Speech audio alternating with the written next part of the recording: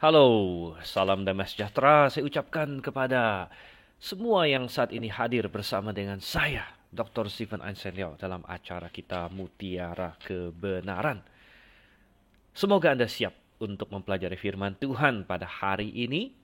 Pagi yang cerah yang saya nikmati saat ini, di depan komputer saya ada jendela dan saya bisa melihat ciptaan Tuhan yang luar biasa. Dan dimanapun Anda berada, siang harikah, malam harikah, Anda sedang dalam rumah atau di luar rumah, mari kita mempersiapkan hati dan pikiran kita untuk mempelajari firman Tuhan.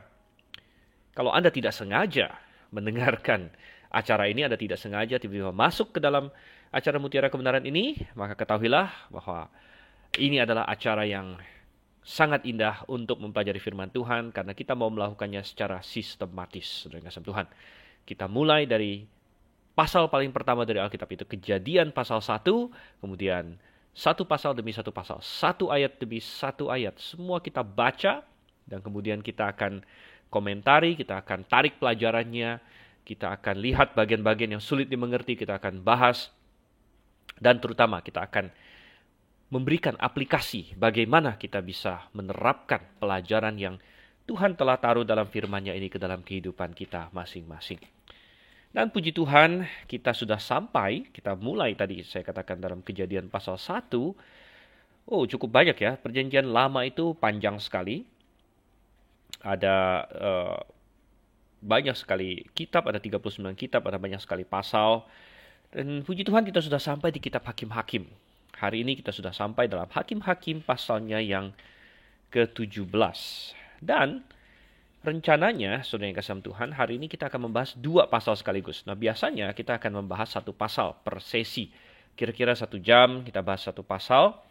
Tapi pasal 17 ini pendek sekali, hanya ada 13 ayat. Jadi, karena topiknya juga masih berhubungan, pasal 18 melanjutkan apa yang dimulai di pasal 17, maka akan kita gabung menjadi satu. Oke? Baik, dengan demikian, mari kita siapkan Alkitab kita dan kita akan berdoa terlebih dahulu sebelum kita masuk ke dalam pembacaan firman Tuhan dan ke dalam pembahasannya. Kita bersatu dalam doa. Bapa di surga, terima kasih Tuhan untuk kasih setiamu pada kami. Engkau begitu baik, Engkau begitu mengasihi kami. Sungguh Tuhan, dalam semua yang kami lalui, entah sehat, entah sakit, entah pandemi, entah bukan pandemi, entah dalam pencobaan, entah dalam kesukaan Tuhan, Engkau menyertai kami. Dan kami memiliki firman-Mu untuk segala situasi itu. Tuhan, sertailah baik hamba sebagai pembicara maupun para pendengar Tuhan. Kapanpun mereka mendengarkannya, entah tidak lama setelah hamba merekam ini ataupun bertahun-tahun kemudian, firman-Mu tetap relevan. Firman-Mu tetap berkuasa, dan kiranya itu bisa menjadi berkat bagi setiap orang yang mau mendengarkan dan melakukan firman-Mu. Tolong kami semua Tuhan. Kami berdoa dalam nama Yesus Kristus. Amin. Oke.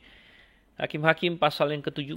Sedikit background, kita sudah membahas 16 pasal pertama dan kita sudah melihat 7 siklus. 7 siklus di mana orang Israel dikatakan mereka meninggalkan Tuhan.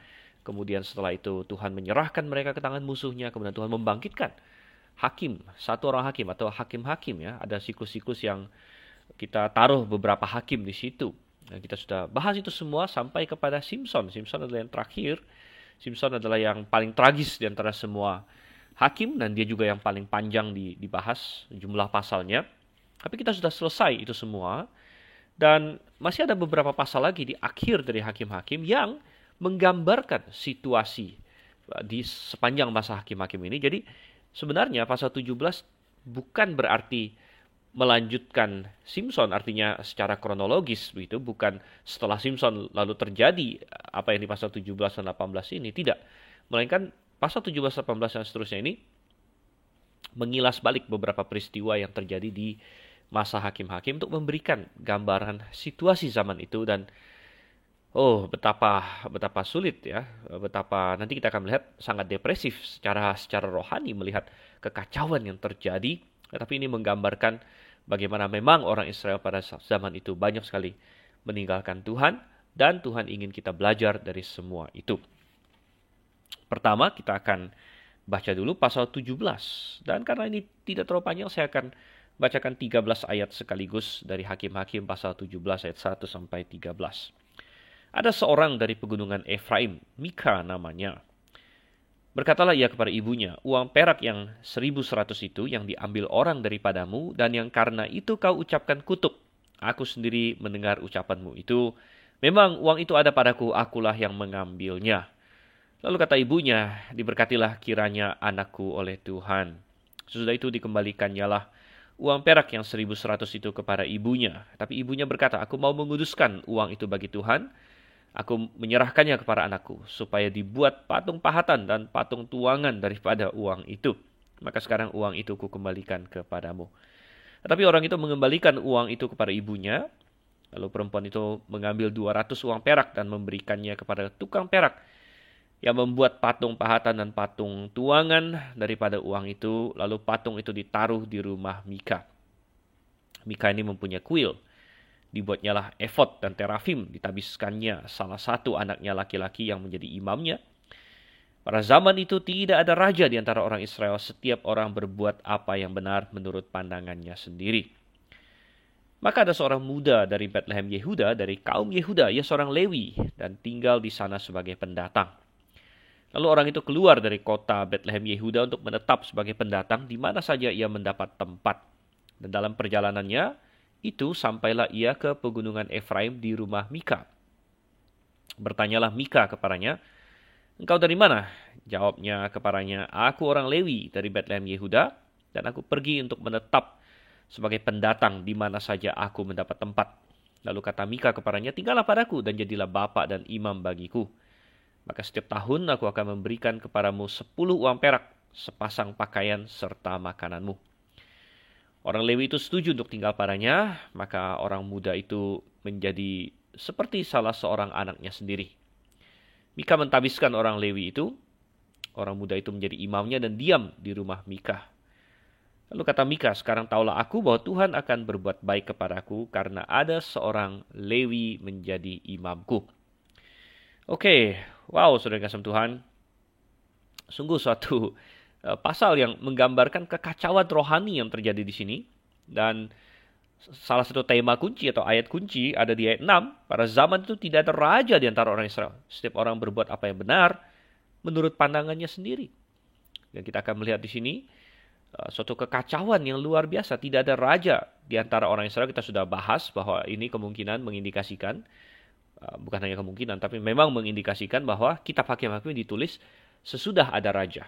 Jadi mereka bisa kilas balik bahwa pada waktu itu belum ada raja. Tapi ketika kitab ini ditulis, sudah ada raja. Oleh karena itu kita kembali, salah satu kemungkinan kandidat penulis kitab Hakim-Hakim adalah Samuel tentunya. Tetapi di sisi lain, pada zaman itu tidak ada raja di antara orang Israel. Bukan hanya menggambarkan suasana politik atau istilah kita bilang mode pemerintahan Israel pada waktu itu, tapi juga menggambarkan kondisi rohani mereka. Karena sebenarnya mereka punya raja. Siapa raja mereka? Sebenarnya raja mereka adalah Tuhan, saudara-saudara. Ketika di 1 Samuel 12 ayat 12, pada waktu itu di zamannya Samuel, dan orang Israel meminta raja kepada Samuel. Dan Samuel sangat sedih dan lain sebagainya. Dan mereka ngotot, dan Samuel mencela mereka. Walaupun akhirnya Tuhan setuju, oke, silakan berikan mereka raja gitu. Tapi Samuel berkata di 1 Samuel 12 ayat 12 dikatakan, padahal Tuhan Allahmu adalah rajamu. Tuhan Allahmu adalah rajamu. Mestinya setiap orang Israel walaupun tidak memiliki raja secara politik, mereka memiliki Tuhan sebagai raja, mereka mengikuti firman Tuhan. Mereka mengikuti Tuhan dengan hati. Mereka memahami firman Tuhan. Itu yang Tuhan inginkan. Tapi itu tidak terjadi. Itu tidak terjadi kepada mayoritas orang Israel sehingga mereka berlaku tidak punya raja. Dan apa yang akan kita bahas di pasal 17 ini adalah suatu gabungan antara seolah-olah mengenal Tuhan tapi tidak mengenal Tuhan.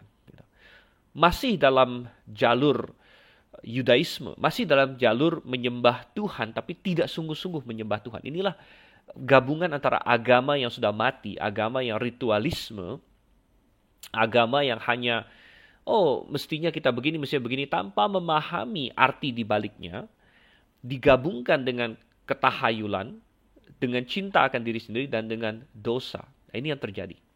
Nah, ini menjadi peringatan yang sangat kuat sekali, peringatan yang sangat baik dan penting sekali untuk kita hari ini juga. Karena saudara kasih Tuhan, dunia saat ini bukan kurang dengan agama. Dunia hari ini penuh dengan agama. Dan bahkan saya harus sedih berkata bahwa agama Kristen pun banyak ada di mana-mana. Banyak orang Kristen. Tapi apakah mereka sungguh-sungguh memahami Tuhan yang benar? Yehovah, pencipta langit dan bumi, dan Yesus Kristus. Apakah mereka sungguh-sungguh memahami firman Tuhan? Seringkali jawabannya adalah tidak. Sehingga yang terjadi adalah apa? Yang terjadi adalah beragama secara eksternal, beragama secara tampak luar, namun tidak memiliki hakikatnya. Kita akan lihat di sini. Nah, pertama, saudara kasih Tuhan, tadi sudah kita baca bahwa settingannya, cerita ini adalah di pegunungan Efraim, seorang muda, atau mungkin tidak terlalu muda, separuh baya lah, dia sudah punya anak, lain sebagainya, bernama Mika. Dan Mika ini, wow, ya, Mika ini tidak memiliki moral yang baik sebenarnya. Bukan orang yang bermoral, tapi dia beragama. Dia tidak benar-benar ingin mengasihi Tuhan, dia hanya beragama saja. Dan ini terlihat dari bagaimana dia mencuri uang dari ibunya sendiri. Ibunya, saya rasa sudah lumayan tua di sini. Dan ibunya punya uang yang lumayan banyak katanya. Jadi uangnya ada 1.100 uang perak. 1.100 uang perak rupanya nih, ya kita tidak tahu harga zaman itu, inflasi dan sebagainya. Namun kalau kita baca di ayat yang ke-10 tadi, waktu si Mika ini mau mempekerjakan seorang Lewi untuk rumahnya, dia menjanjikan 10 uang perak setiap tahun. Jadi 10 uang perak setiap tahun saja cukup untuk dirasakan sebagai pembayaran yang cukup dan mampu untuk membuat si orang Lewi ini setuju. Jadi 10 uang perak setahun saja sudah dianggap cukup, apalagi 1.100 uang perak. Jadi ini jumlah yang sangat besar. Jumlah yang sangat besar dan dicuri oleh Mika. Dan ibunya rupanya dia tidak tahu siapa yang mencuri, dia kesal dan sebagainya. Dia mengucapkan kutuk, dia mengutuk orang yang mencuri ini, gitu ya. Dan tentu dia tidak tahu bahwa anaknya sendiri yang curi, gitu kan? Dan tiba-tiba anaknya jadi ketakutan. Jadi kita melihat di sini tipikal orang yang dia hanya beragama tanpa memahami apa-apa, sehingga dia takut kena kutuk. Dia bukan takut mencuri karena mencuri itu salah. Saya tahu ini adalah hal yang menyedihkan hati Tuhan. Bukan, dia takut kepada kutuk. Dia takut dia kena masalah begitu. Ini adalah beragama yang sebenarnya hanya untuk kepentingan diri sendiri. Beragama yang mencari berkat untuk diri sendiri. Beragama yang bertanya, apa untungnya bagi saya beragama begitu. Ini bukan mengenal Tuhan yang benar, punya hubungan dengan Tuhan yang benar. Ini bukan mengasihi Tuhan yang benar, tidak. Oke, jadi si Mika mendengar kutuk itu, lalu dia ketakutan, dan akhirnya dia ngaku sama ibunya, ibu sebenarnya aku yang curi, ya. Dan giliran ibunya yang kaget sekarang. Jadi ini baik ibu maupun anak sama-sama agak kacau, dan ibunya jadi kayak menyesal bahwa dia mengucap kutuk itu karena dia mau mengutukin pencuri karena dia kira entah siapa, mungkin tetangganya kah, entah siapakahnya yang mencuri ini, tapi ternyata anaknya sendiri dan dia tidak mau anaknya kena kutuk. Sehingga akhirnya dia bilang apa? Diberkatilah kiranya anakku oleh Tuhan, di ayat 1 di situ. Kacau sekali ya. Jadi dia berpikir bahwa seperti Tuhan itu main-main begitu. Dia kutuk, kemudian dia berkati, dan sebagainya. Dan ya akhirnya si Mika kembalikan uangnya kepada ibunya. Tapi ibunya malah bilang apa? Di ayat 3, ibunya berkata, aku mau menguduskan uang itu bagi Tuhan. Wow, ini bagus sepertinya ya. Aku mau menguduskan uang itu bagi Tuhan, tapi kalimat selanjutnya, aku menyerahkannya untuk anakku supaya dibuat patung pahatan dan patung tuangan pada uang itu. Wow. Ya. Kacau sekali di sini, saudara kasih Tuhan. Bahwa dia mau menguduskan uangnya bagi Tuhan, ini bagus, tapi kemudian dengan cara membuat patung. Wow, saudara kasih Tuhan. Jadi pemahaman yang kacau sekali, mau memberikan uang bagi Tuhan, namun uang itu dipakai untuk melakukan sesuatu yang bukan untuk Tuhan sama sekali. Malah bertentangan dengan keinginan Tuhan sebenarnya. Tuhan suruh orang Israel untuk tidak membuat patung untuk disembah. Ya, tetapi ibu ini berkata, aku mau kasih uang ini Tuhan untuk bikin patung. Terlalu sering saudara Tuhan kita berpikir bahwa kita mau melakukan sesuatu untuk Tuhan, tapi kita malah malah menyakiti hati Tuhan. Kita malah melakukan sesuatu yang bertentangan dengan firman Tuhan. Kita harus hati-hati. Dan ada banyak juga gereja-gereja yang mereka melakukan hal-hal yang salah. Ada orang yang sumbang uang ke gereja, tapi akhirnya uang itu dipakai hanya untuk hal-hal yang memuaskan kedagingan.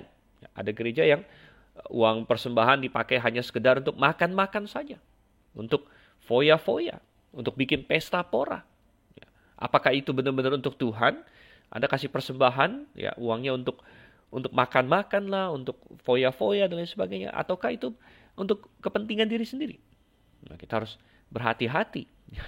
Oleh karena itu, biasanya di gereja kita, kalau kita mau ada makan-makan, kita selalu berkata kita tidak ambil dari uang persembahan.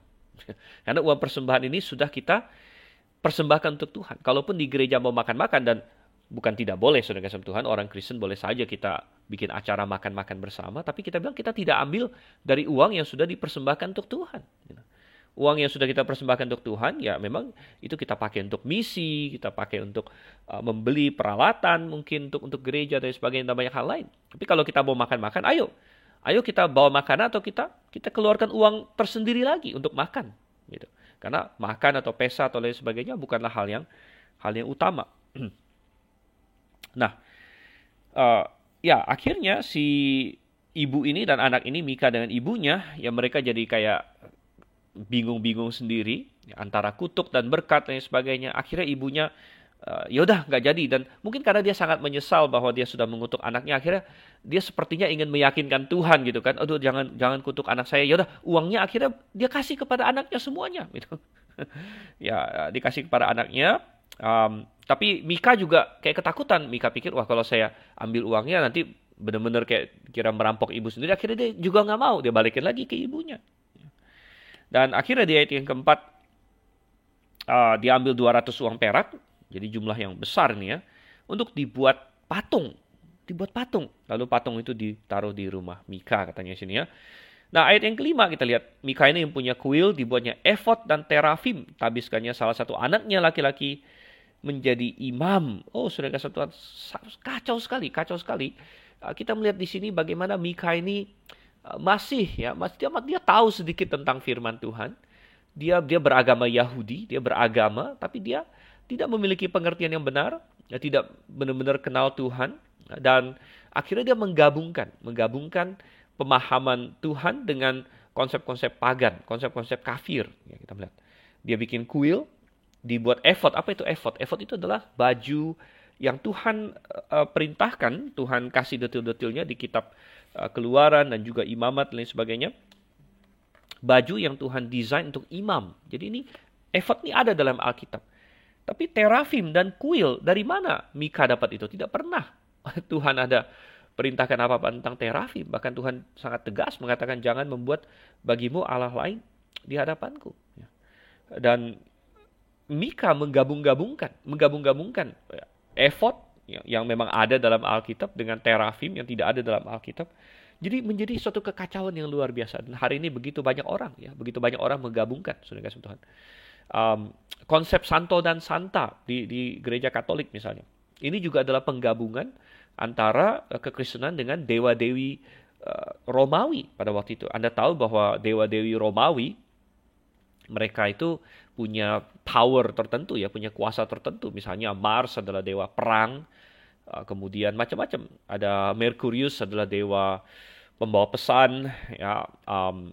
Kemudian ada macam-macam. Ya, tiap-tiapnya Poseidon adalah Neptunus ya dalam Romawinya. Kalau di Yunaninya Poseidon itu adalah dewa laut dan sebagainya. Dan Anda bisa berdoa kepada masing-masing dewa ini untuk meminta sesuatu yang dalam domainnya dia. Misalnya seorang pelaut, ya, dia berdoanya kepada Neptunus misalnya.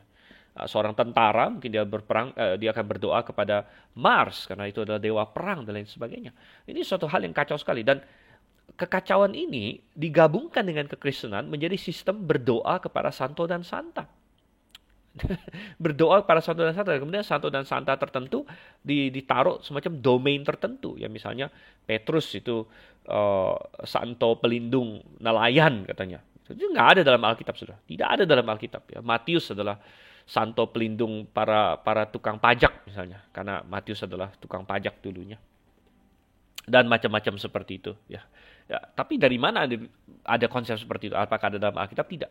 Mereka menggabungkan nama-nama orang dalam Alkitab, ya, digabungkan dengan konsep pagan, konsep kafir, dewa-dewi Romawi dan lain sebagainya, persis sama dengan apa yang dilakukan oleh Mika di sini.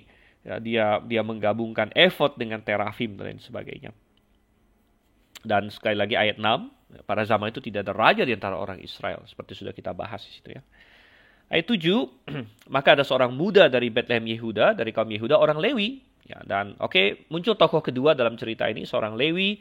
Dia asalnya dari Bethlehem Yehuda, orang Lewi dari Bethlehem Yehuda, tapi kemudian dia pergi. Dia berpetualang kemana saja untuk mencari pekerjaan intinya, mencari makan. Oh, saudara kasih Tuhan. Dan kalau kita kilas balik apa yang sudah Tuhan perintahkan di hukum Taurat, sebenarnya orang Lewi itu sudah diberikan tanah dan kota mereka masing-masing. Walaupun mereka tidak mendapat tanah pusaka, tapi tiap-tiap suku wajib memberikan kota-kota tertentu untuk menjadi kota orang Lewi, supaya orang Lewi bisa tinggal di situ. Dan itu sudah dicatat di situ oleh firman Tuhan. Di dalam Yosua pasal 21 misalnya, kota-kota orang Lewi di mana saja. Dan coba Anda buka sebentar di dalam Yosua pasal 21, di wilayah Yehuda.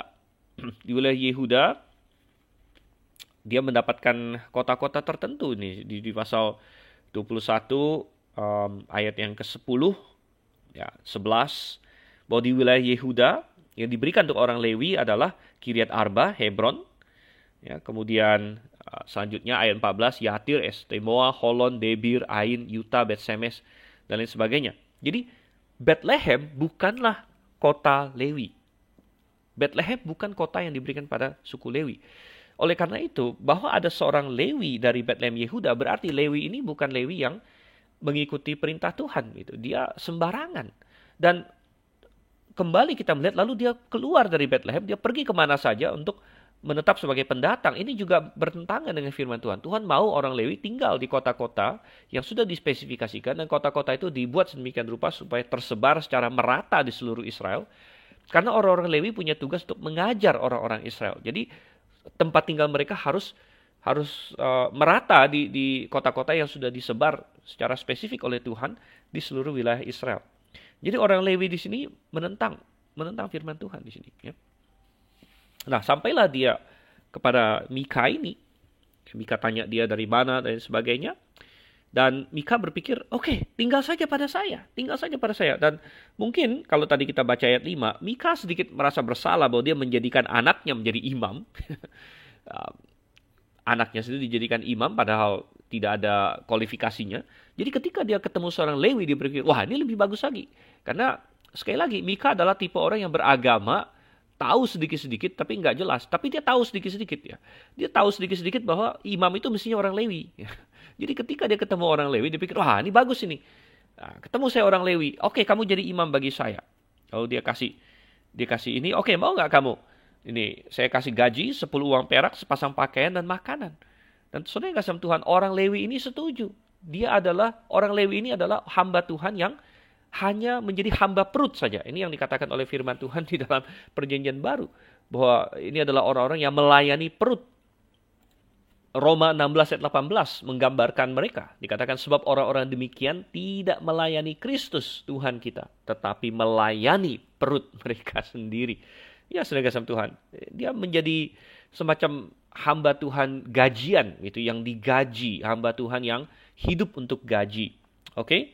Dan kita melihat lagi di sini, akhirnya ditabiskan orang Lewi itu menjadi imamnya. Ayat 13, lalu kata Mika, sekarang taulah aku bahwa Tuhan akan berbuat baik kepadaku karena ada seorang Lewi menjadi imamku. Betapa cetek pemahaman Mika tentang Tuhan. Dia pikir bahwa karena sesuatu yang eksternal, Tuhan akan memberkati dia tanpa dia sungguh-sungguh memahami apa yang Tuhan rindukan, apa yang Tuhan inginkan. Dan hari ini begitu banyak orang puas dengan hal demikian. puas dengan hal eksternal, dan dia merasa, oh, keagamaan saya baik, Tuhan akan senang pada saya karena saya sudah melakukan hal eksternal ini. Padahal hal eksternalnya pun sebenarnya bertentangan dengan yang Tuhan inginkan, gitu. Karena mestinya orang Lewi ini mengikuti Tuhan, tapi malah dikooptasi, malah dibajak oleh si Mika untuk melayani dia pribadi. Ini sudah bertentangan dengan firman Tuhan. Tapi begitu banyak orang seperti itu hari ini. Di rumah saya sudah ada salib, maka Tuhan akan memberkati saya. Apa hubungannya, saudara? Itu hal yang eksternal. Oh, saya sudah misalnya macam-macam lah, saudara Tuhan. Ya, saya sudah menjadi anggota di gereja ini, Tuhan akan memberkati saya tanpa sungguh-sungguh memahami.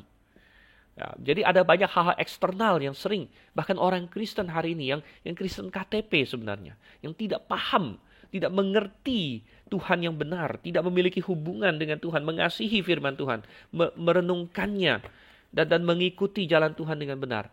Oh, tentu saya harap pendengar sekalian tidak demikian, dan saya punya harapan yang tinggi karena Anda termasuk orang-orang yang mau belajar firman Tuhan. Anda sudah ikut dengan kita dalam mutiara kebenaran ini, jangan puas dengan Tuhan. Ya, kejar terus kebenaran. Ya, kejar terus kebenaran untuk hidup pribadi kita, untuk hidup berjemaat kita.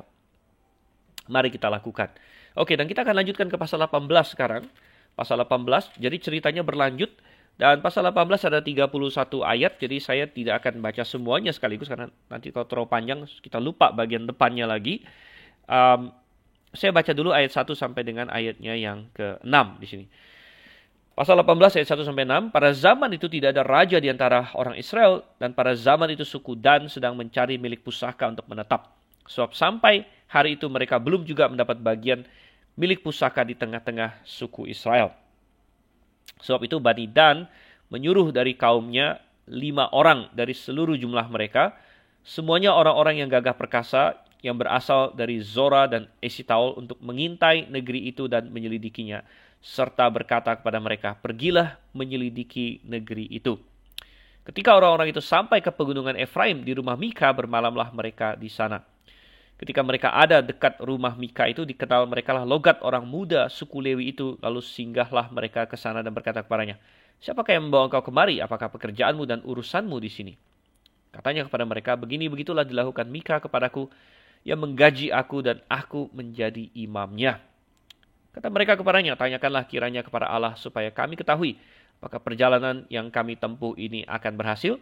Kata imam itu kepada mereka, pergilah dengan selamat. Perjalanan yang kamu tempuh itu dipandang baik oleh Tuhan. Oke, sekali lagi dikatakan zaman itu tidak ada raja. Dan suku-suku Israel masih mencoba mencari milik pusaka mereka. Dan dari sini kita tahu bahwa ini belum terlalu lama masuk ke dalam masa hakim-hakim. Ya. Kita tahu masa hakim-hakim itu sekitar 400 tahun. Dan kapan peristiwa ini terjadi? Bukan di akhir masa hakim-hakim intinya lah. Tapi masih di agak awal masa hakim-hakim, dan suku-suku Israel masih bergejolak mencari milik pusaka mereka. Termasuk suku Dan. Ya. Jadi suku Dan, ingat bahwa sebenarnya tiap-tiap suku Israel sudah dibagikan Tuhan milik pusaka. Hanya saja mereka perlu iman dan mereka perlu ketekunan. Jadi mereka perlu bangkit dan berperang mengusir suku-suku Kanaan yang tinggal di wilayah mereka gitu. Jadi mereka harus berseru kepada Tuhan, mereka harus beriman, dan mereka harus berperang. Intinya mereka harus ora et labora. Ya, tetapi suku Dan rupanya belum. Gitu. Jadi mereka merasa bahwa wilayah yang dibagikan pada mereka mungkin sulit, ya, sehingga mereka lari ke sana kemari mencari mana yang gampang. Tuhan, mana yang gampang? Kadang-kadang saya bingung juga. Ada orang yang mencari gampangnya, tetapi mencarinya saja susah setengah mati. Mungkin lebih baik lakukan saja dari awal gitu. Ya, seperti ada orang, ya kadang-kadang saya lihat misalnya anak muda yang masih sekolah, ya, dia gara-gara mau nyontek misalnya, ada ujian, dia mau nyontek, bikin persiapan yang begitu elaborate, ya, begitu persiapan nyonteknya, pokoknya penuh perjuangan lah. Gitu. Ya, sampai-sampai saya berpikir semua perjuangan itu kalau dia taruh kepada belajar saja, maka dia nggak perlu nyontek gitu sebenarnya. Jadi suku Dan setengah mati mereka mencari wilayah mana yang gampang diserang, yang lemah. Lebih baik mereka beriman kepada Tuhan dan menyerang wilayah yang memang sudah Tuhan kasih kepada mereka, gitu. Yang sudah jelas sebenarnya, oke, ini wilayah kamu, dan mestinya mereka bertekun dalam itu, ya. Tapi tidak, dan mereka kirim orang ke sana kemari mencari wilayah yang gampang gitu. Jadi mereka mau mencari gampangnya. Tapi ingat bahwa Tuhan tidak menyuruh kita dalam hidup ini hanya untuk mencari gampangnya saja. Tapi Tuhan menyuruh kita untuk melakukan kehendaknya. Karena kadang-kadang melakukan kehendak Tuhan itu adalah jalan yang lebih sulit. Ya, kadang-kadang melakukan kehendak Tuhan berarti kita harus berkorban. Kadang-kadang melakukan kehendak Tuhan berarti kita melawan arus dunia ini. Kadang-kadang melakukan kehendak Tuhan berarti kita tidak mencari yang gampang, saudara yang kasih Tuhan. Tapi ya itu yang harus kita lakukan. Dan cerita punya cerita dari antara scout istilahnya ya, atau pengintai, atau scout itu bahasa Indonesia apa? Kayak semacam ya tentara penjelajah lah yang dikirim oleh si suku Dan ini. Ada sebagian yang sampai 5 orang dikatakan sini sampai ke tempatnya si Mika di sini. Gitu. Dan katanya mereka kenal logatnya orang Lewi ini. Mungkin mereka tahu bahwa oh ini orang kok sepertinya dari Bethlehem ini. Ya, tapi kenapa dia ada di sini? Dan tanya. Ya, Mika berkata di ayat keempat, begitulah dilakukan. Orang Lewi ini berkata ya, begitulah dilakukan Mika kepadaku. Ia menggaji aku dan aku menjadi imamnya. Dan ini menjadi boleh dibilang moto dari si orang Lewi ini, moto dari hamba Tuhan ini. Ya, dia menggaji aku, maka aku melakukannya. Sekali lagi, hamba perut, saudara kasih Tuhan. Hamba perut, oh celakalah hamba Tuhan yang seperti ini. Celakalah hamba Tuhan yang hanya berpikir, oh saya digaji, maka saya lakukan. Dan dia tidak memiliki mandat dari Tuhan. Dia tidak memiliki panggilan yang jelas dari Tuhan. Dia tidak mengikuti firman Tuhan. Dia menggaji aku, maka aku melakukannya. Dan ayat yang kelima, mereka bilang, tanyakanlah kiranya kepada Allah, supaya kami ketahui apakah perjalanan yang kami tempuh ini akan berhasil. Apa kata ayat 6? Kata imam itu pada mereka, pergilah dengan selamat. Perjalanan yang kamu tempuh dipandang baik oleh Tuhan. Dan ini tipikal seorang hamba Tuhan yang sebenarnya bukan hamba Tuhan, tapi hamba uang. Tipikal hamba Tuhan yang hanya mengutamakan makan gaji saja. Yaitu dia siap untuk mengatakan apapun yang enak didengar. Ya, siap melakukan apapun yang enak didengar. Jadi si orang Lewi ini tidak punya hubungan yang serius dengan Tuhan. Dia tidak punya akses kepada Tuhan yang spesial, tidak. Dia adalah seorang yang tidak mengenal Tuhan, saudara.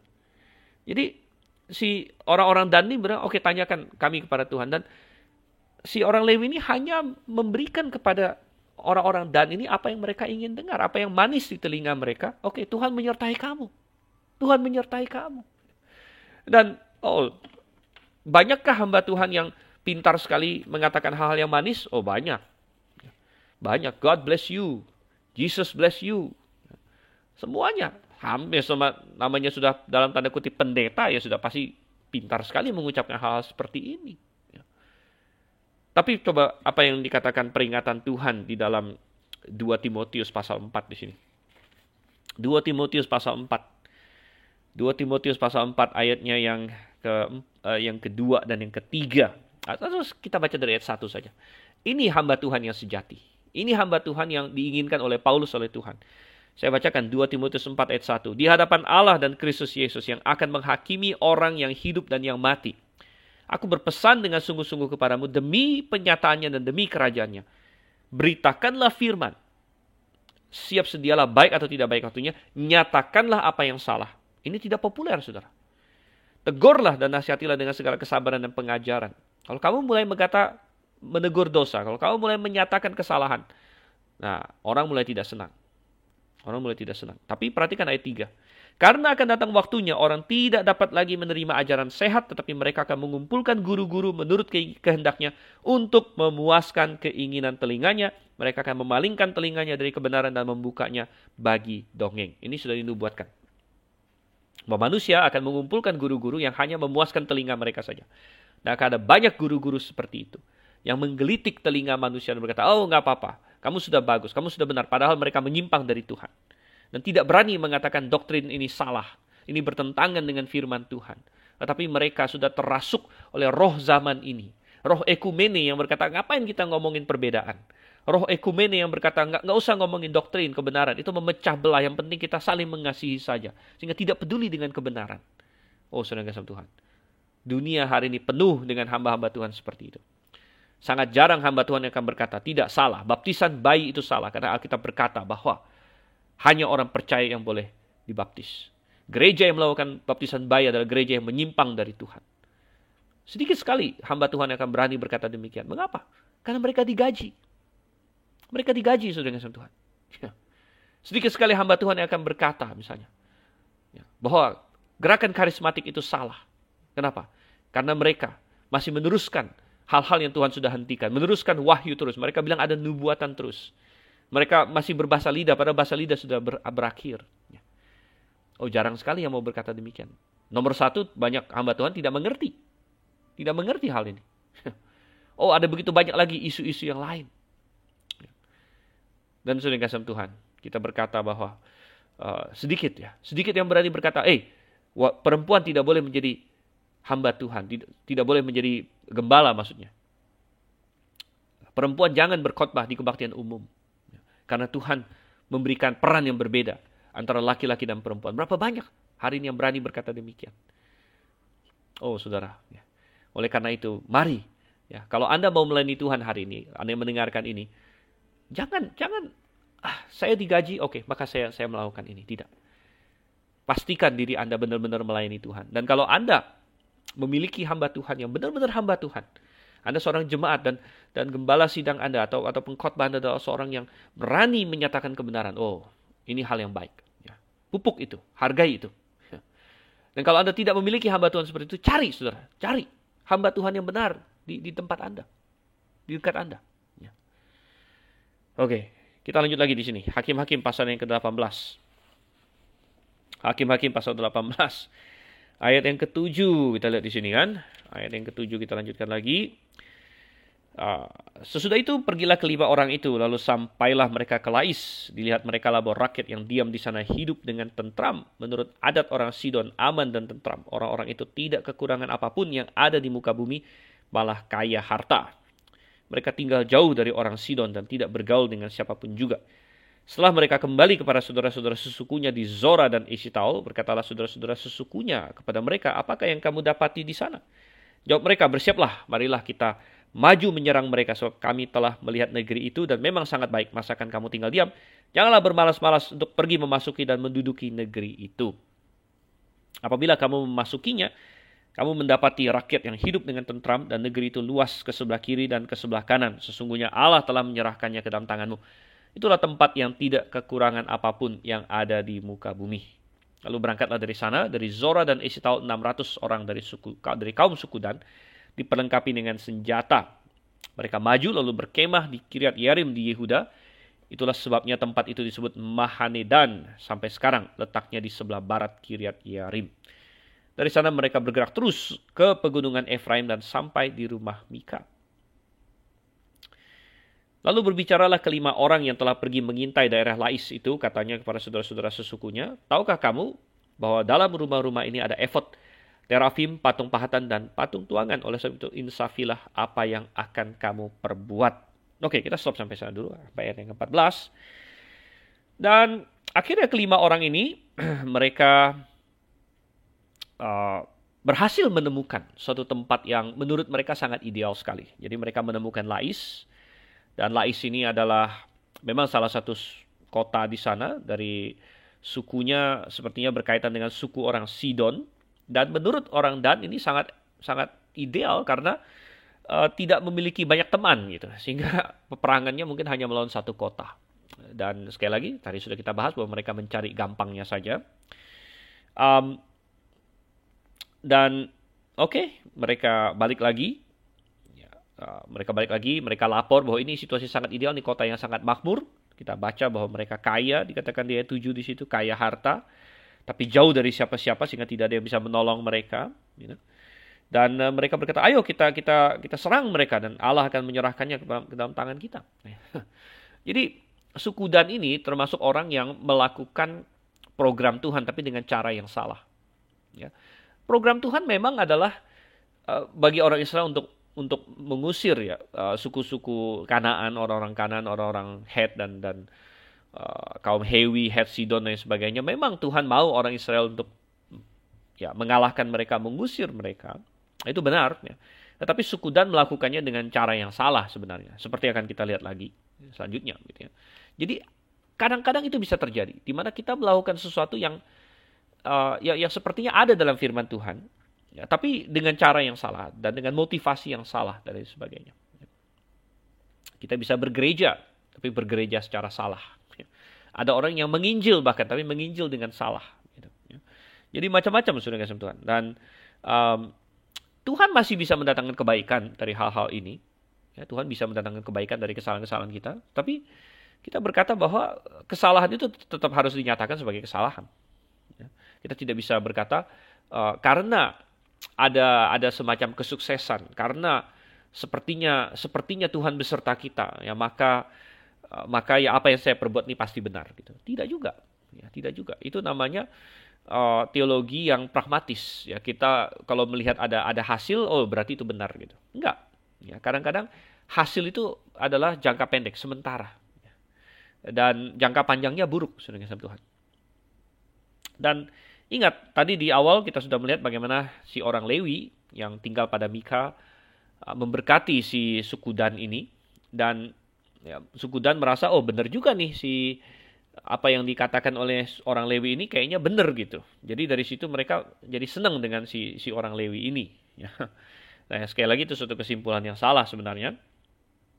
Dan ketika mereka bergerak maju 600 orang, mau menyerang si kota Lais ini, mereka sampai lagi di dekat rumahnya Mika, lalu 5 pengintai ini ya, berkata, ingat di rumah-rumah ini ada efod, terafim, patung pahatan, patung tuangan. Oleh karena itu insafilah apa yang akan kamu perbuat. Jadi sepertinya mereka berpikir bahwa kalau mereka bisa mengikut sertakan si orang Lewi ini beserta segala macam parafernalianya, pernak-perniknya, segala macam efod, ya, terafimnya, mereka akan lebih diberkati lagi begitu. Sekali lagi ini adalah agama yang dicampurkan dengan tahayul. Dan saya pastikan kalau Anda tipe orang Kristen yang tidak sungguh-sungguh mengerti kebenaran, Anda akan menjadi orang Kristen yang bercampur dengan tahayul juga. Alkitab dicampur dengan tahayul. Anda masuk satu rumah. Wah, kalau kita belum panggil pendeta untuk memberkati rumah ini, nanti kita kena sial terus. Itu agama yang bercampur dengan tahayul, saudara. Nah, saya sangat senang kalau ada orang Kristen, dia masuk rumah baru, dia mau undang gembala sidangnya, dia mau bikin kebaktian ucapan syukur. Ya, oke, bagus, itu bagus sekali, saudara. Asal dilakukan dengan hati yang mengerti bahwa ini ucapan syukur kepada Tuhan. Ini kita meminta Tuhan dan berkomitmen bahwa rumah tangga ini akan mengikuti Tuhan dan sebagainya. Tapi bukan dengan penuh tahayul bahwa wah ini kalau kita nggak lakukan ini kita kena kutuk, ntar rumah ini penuh sial dan sebagainya. Itu sudah dicampur-campur dengan tahayul. Ya. Ada orang yang campur, wah kalau saya belum makan perjamuan kudus, mereka bilang kan. Saya belum makan perjamuan kudus minggu ini. Wah, berarti berkat saya kurang dan sebagainya. Sekali lagi, penuh dengan tahayul. Kekristenan yang tidak alkitabiah, yang tidak benar-benar paham Tuhan, pasti adalah kekristenan yang penuh dengan tahayul. Ya. Anda perlu bertanya pada diri Anda sendiri, benar nggak seperti itu bagi Anda?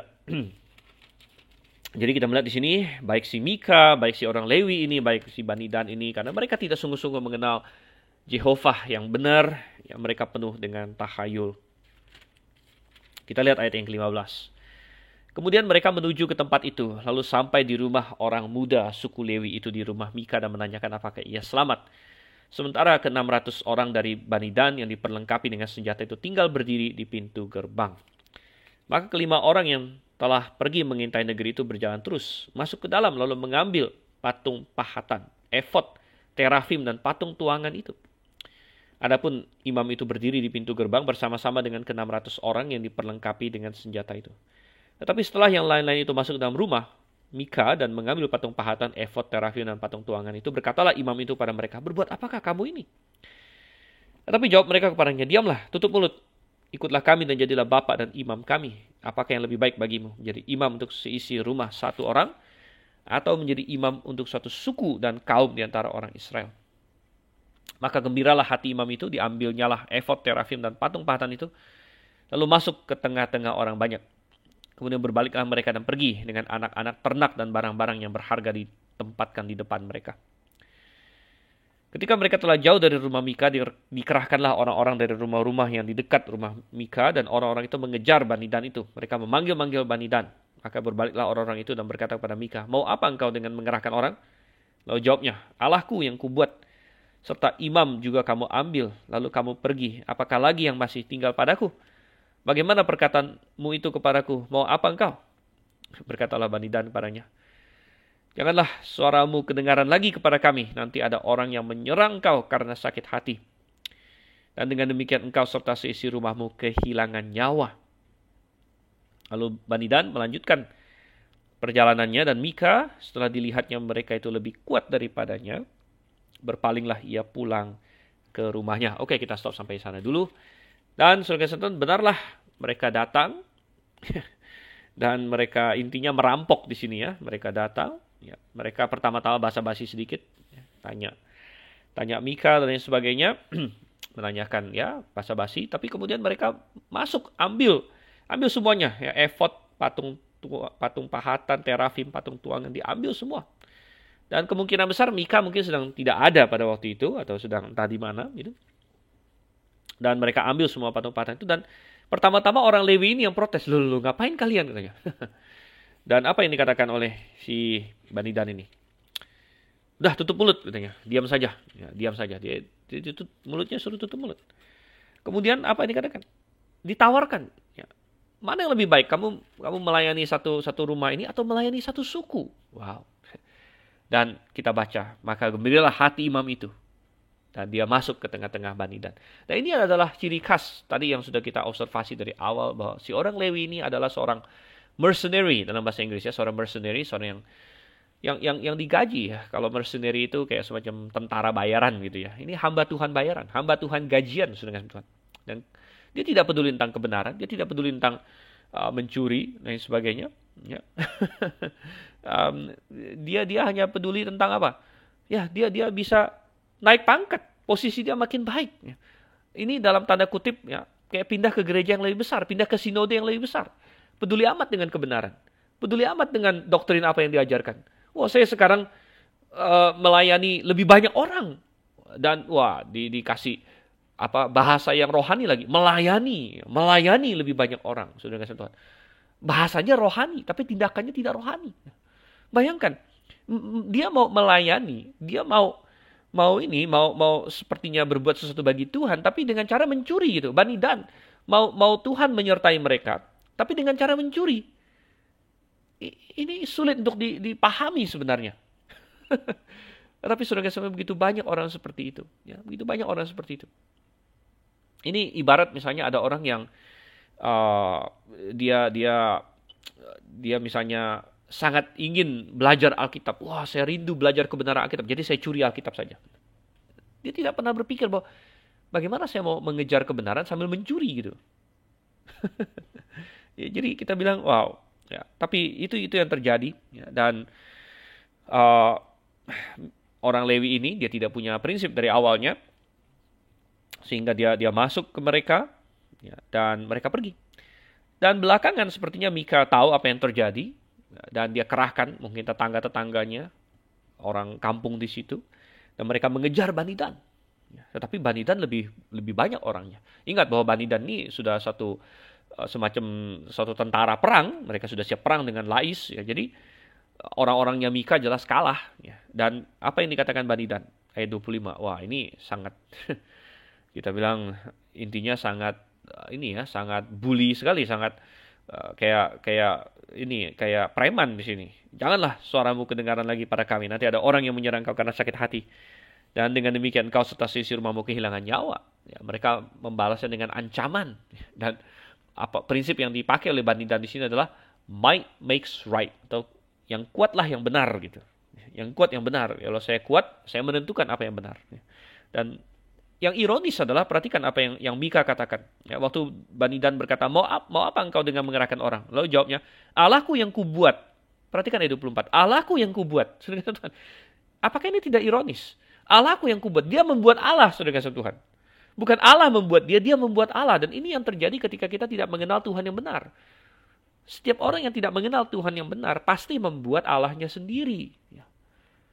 Dia membuat Allahnya sendiri. Dan dia ingin menyelamatkan Allahnya sendiri. Allah yang palsu adalah Allah yang selalu harus kita selamatkan. Allah yang harus kita bela, bukan Allah yang membela kita. Ada orang hari ini mau membela Allah terus. Membela Allah dengan cara kekerasan. Wah, kamu menghina Tuhan saya. Saya harus bunuh kamu karena saya harus membela Tuhan saya dan sebagainya. Jadi Tuhan yang palsu adalah Tuhan yang perlu kita selamatkan. Tapi Tuhan yang sejati adalah Tuhan yang mampu menyelamatkan kita. Jadi Mika di sini dia lari kepada suku Dan, dia bilang, Allahku yang kubuat, aku perlu selamatkan mereka. Oh, saudara kasih Tuhan, betapa bodoh, betapa ironis. Justru saya lihat bahwa dengan si Mika ini kehilangan Allah-Allah palsunya ini adalah berkat sebenarnya. Ini adalah berkat, seharusnya dari situ dia mulai berpikir lagi, Allah saya tidak bisa menyelamatkan dirinya sendiri. Kita tidak tahu ya apakah Mika belakangan bertobat dan sebagainya. Kemungkinannya tidak terlalu besar, tapi kita masih berharap lah. Siapa tahu Mika jadi tersentak oleh kejadian ini. Jadi kadang-kadang musibah itu Tuhan pakai untuk membuat kita merenung sedikit.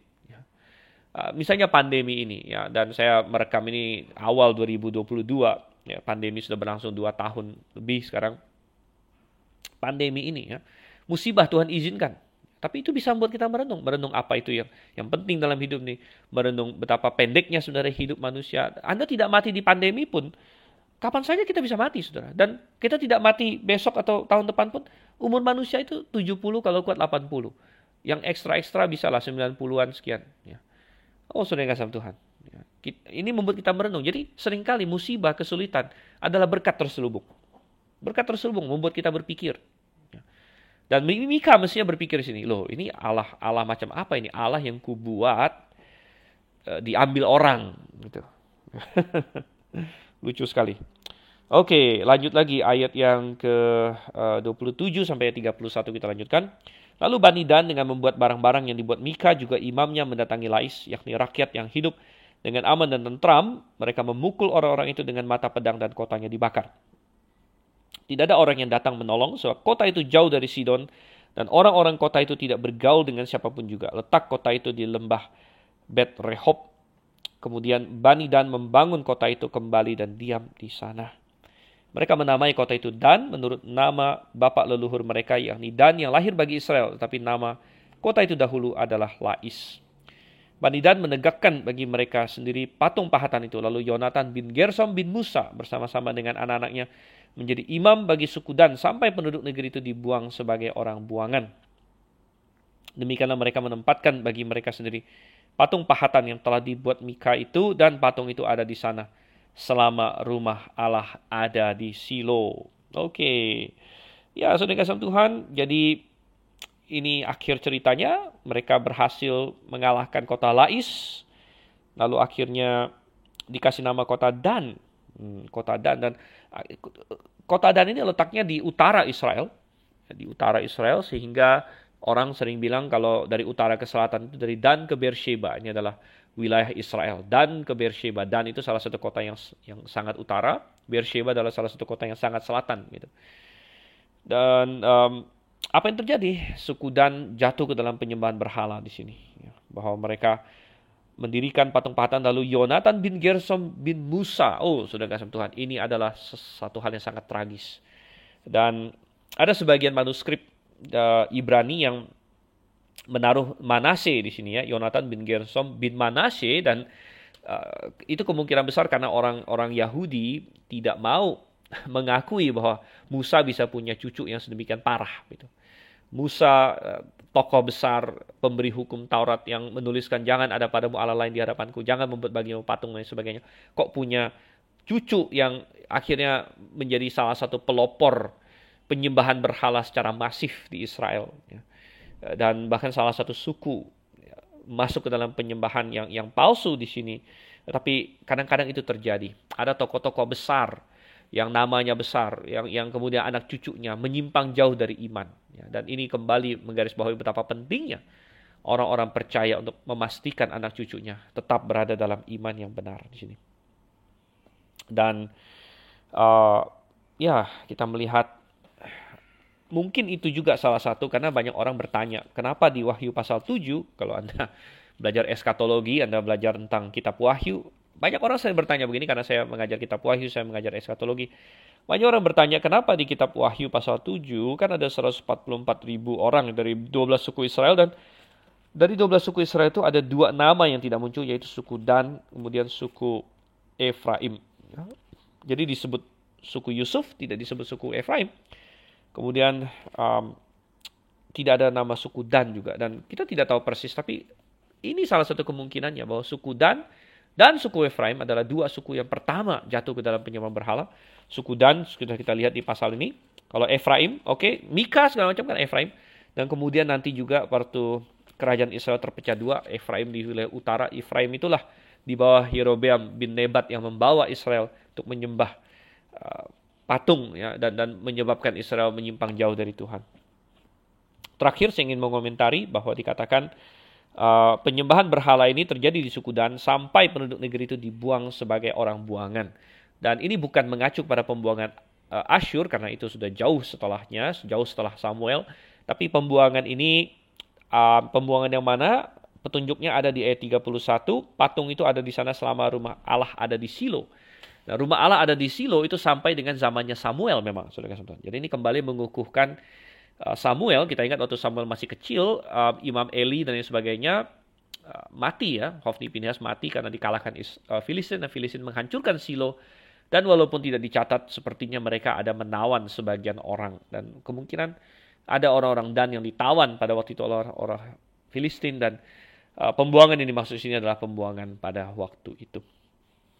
Oke, dengan demikian pelajaran-pelajaran dari Hakim-Hakim 17 dan 18 kita akhiri, dan kiranya itu menjadi peringatan bagi kita semua dan pelajaran yang penting. Jangan Anda sia-siakan firman Tuhan ini, lanjutkan terus, belajar terus firman Tuhan. Cari sebagaikan mutiara yang indah.